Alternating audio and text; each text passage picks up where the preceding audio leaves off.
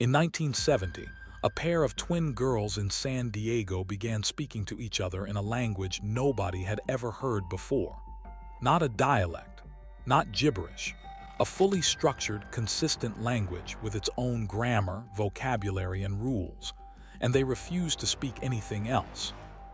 Podo and Cabango, the names Grace and Virginia Kennedy gave each other, were 6 years old when speech therapists first noticed something extraordinary.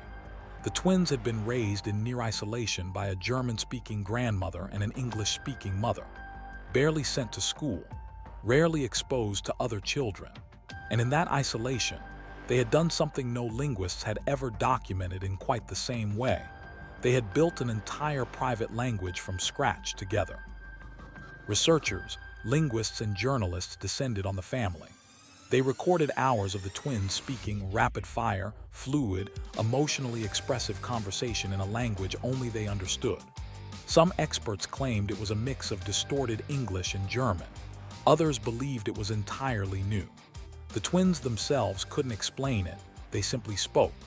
When adults tried to separate them and teach them standard English, the private language began to fade.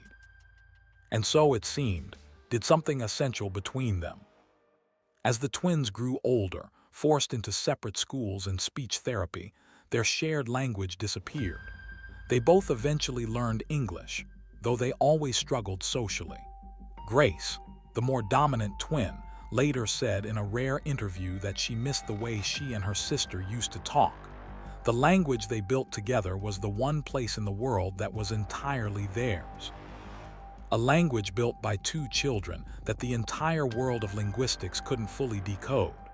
Follow StoryMine, true stories that make you see the world completely differently every single day.